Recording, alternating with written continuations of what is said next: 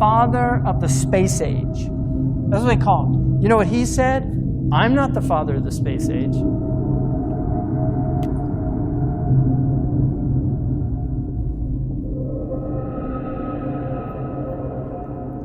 That's the real father of the space age.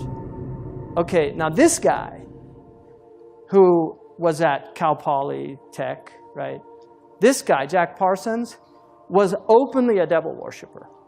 He developed the fuel that enabled us to penetrate the stratosphere. Satellites could not have come about without this guy. In his diary that he himself wrote, he had a dream. This is 1948.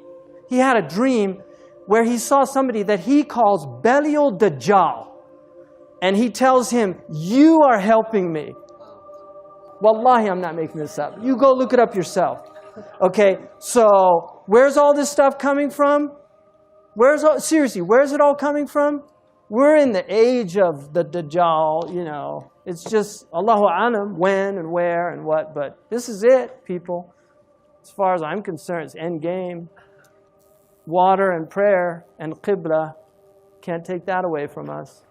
So we need to prepare as much as we can. You know, but the technology, if you study where all this technology comes from, read about the magic and the Enlightenment period. All these scientists were magicians. They were all into black magic. You read about Francis Bacon. I just read a biography of Francis Bacon called Knowledge is Power, Magic and the Creation of Modern Science. Francis Bacon was reading all these magical books. Arthur C. Clarke. Arthur C. Clarke, great technologist. He actually has most of the patents that enabled the satellites, right? If you look at his interview with BBC in 1961, where he predicts the internet, he predicts the cell phones, he predicts texting. He said that by the year 2000, people are going to have handheld devices that enable them to talk to anybody anywhere, right? Arthur C. Clarke said, and he has 3 laws of technology. One of his laws is no technology reaches a level of complexity except it becomes indistinguishable from magic. I'm not a Luddite, right? I'm using a microphone right now. I'm not a Luddite, but this whole worshipful attitude towards technology to me is really stupid.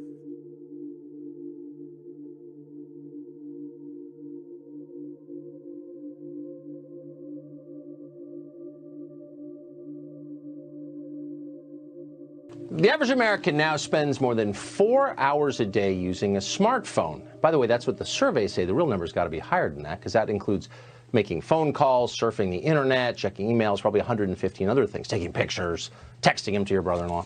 The typical person is obsessed. A smartphone is indispensable. You literally can't do without it. Misplacing your phone, even for a minute, is like losing a child at Disney World. It's all you can think about till you're reunited. But how healthy is this? Not spiritually healthy, you know the answer to that, of course, but physically healthy. Is it good for you to be with your smartphone all the time? As it turns out, it's probably not. Several published studies have linked mobile phone radiation to cancer. The National Toxicology Program, a government organization, found that, quote, high exposure to radio frequency radiation used by cell phones was associated with clear evidence, we're quoting now, of tumors in rats. In 2012, Italy's Supreme Court upheld a ruling that said there was a link between a business executive's brain tumor and his heavy use of a mobile phone. Our trusty FCC, though, says there's nothing to worry about. According to our federal agencies, smartphones are entirely safe. Here's the problem with that claim. When the FCC screens for phone radiation, they allow companies to test their phones from up to 25 millimeters away from a person. That's really far. The manual for Samsung's Galaxy 10 Note Plus, for example, tells users that the phone, quote, should be positioned at least 0.6 inches away from your body. Okay, but when was the last time you actually held a phone at that distance? If you're not on speakerphone, you've never held a phone that far away. You have it right up against your ear. And when it's in your pocket, as it typically is, the phone is mostly about 2 millimeters away from your body. A lawsuit filed in December against Samsung and Apple cited its own test from an FCC-accredited lab that showed at 0 millimeters, the iPhone 8 hit users with 5 times as much radiation as federal exposure limits allow. Samsung's Galaxy X8 was 3 times as high. Now, both of these companies regularly run ads encouraging the use of their phones in unsafe ways. An Apple ad shows a woman falling asleep with an iPhone touching her body. A Samsung commercial shows a pregnant woman holding a cell phone to her belly to take a sonogram. Can you imagine they did that? We should be worried about this. In this country, there's almost no public conversation about the risks of this. None. Let's hope we don't have to wait until the statistics become undeniable to talk about it. Radiation from your mobile phone may affect your memory, new research suggests.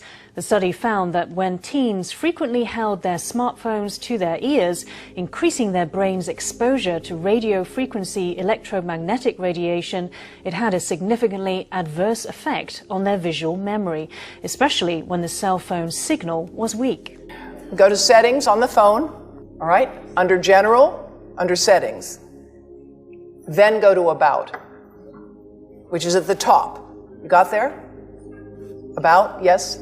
Okay. Now you have to scroll all the way down to something you don't normally see, called Legal. You got to Legal? All right. Now click on RF exposure.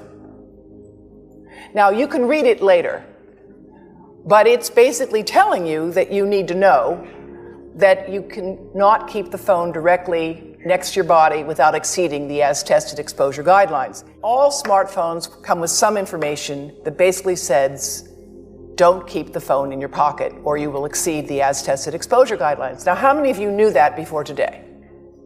A mobile phone and the microwave oven use a very similar frequency. The difference between them is power. The power of the microwave oven is 1,000 watts. And of course, that's power that can heat up a cup of water in maybe 60 seconds. The microwave oven, the mobile phone, the cordless phone, the Wi-Fi monitor, the baby monitor, they all use the same frequency. They differ in power. They also differ because mobile phones and Wi-Fi devices emit pulsed microwave radiation. It's the pulse, not the power, that appears to be biologically most important. The pulse that is erratic and irregular, like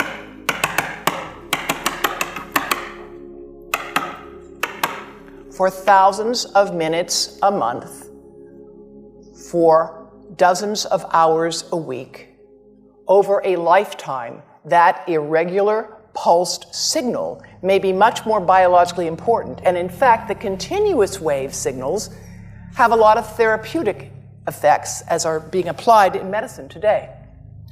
This visualization from my colleague at the University of Athens shows you the variation in frequency, in amplitude, in pulse.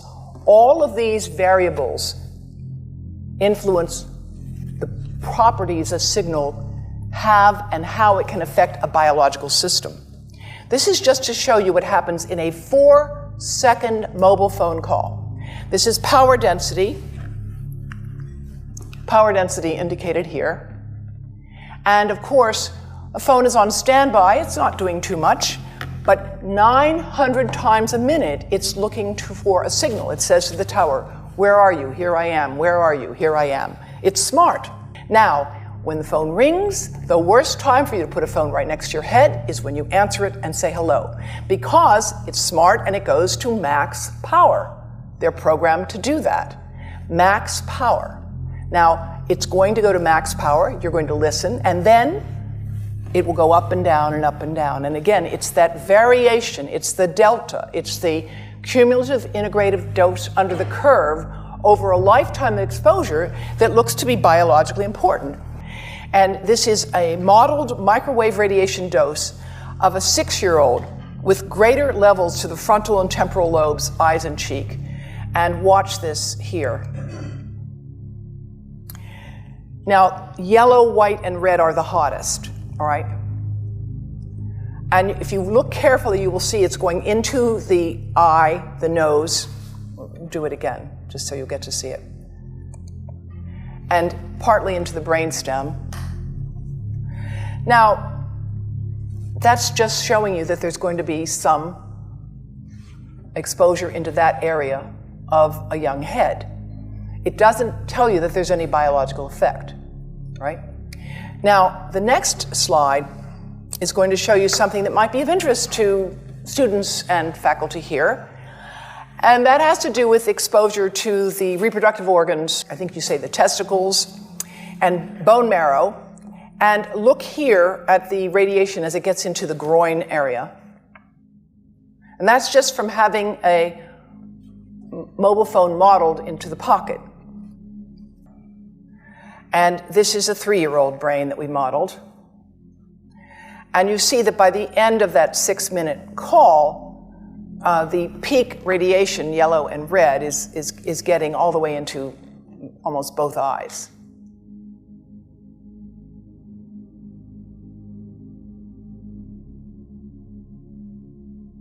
5G fifth-generation technology promises faster download speeds and conveniences that most of us have never dreamed of, but will also be blanketed with a new type of radiation called millimetre waves. Health experts are warning about the rising risks with a 5G rollout. It's not been made clear to the public that 5G won't just be another number and letter on your cell phone. It requires an entirely new infrastructure of thousands of small cellular antennas to be erected throughout cities where it's going to be installed. What would 5G infrastructure look like? Small cell antennas could be placed as close as every third hydro pole. Scientists from 42 countries are now warning their governments about the emerging health problems associated with wireless radiation, and Canadian doctors and scientists have added their voices. The most prevalent symptoms include headache, fatigue, decreased ability to concentrate, tinnitus, irritability, and insomnia. Impacts on the heart and the nervous system are also of great concern. Dr. Rena Bray has been working at the Provincial Environmental Health Clinic for 15 years and seen the number of people suffering adverse effects from electromagnetic exposure rising. We are concerned that the upcoming introduction of 5G will significantly increase the proximity and extent of exposure to microwave radiation in Ontarians.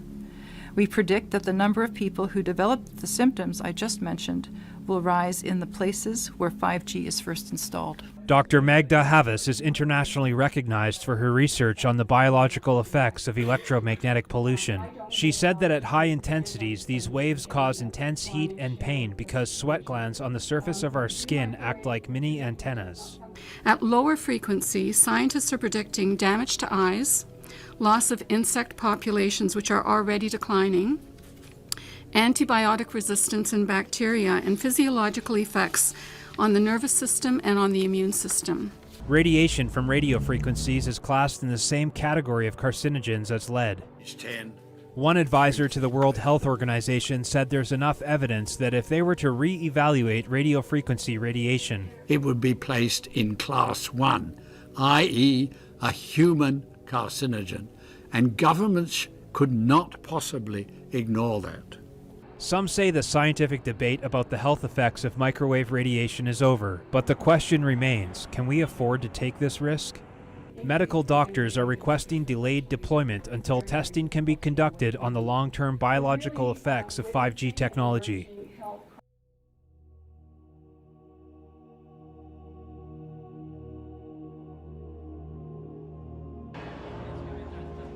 It's the dawn of a new era in China.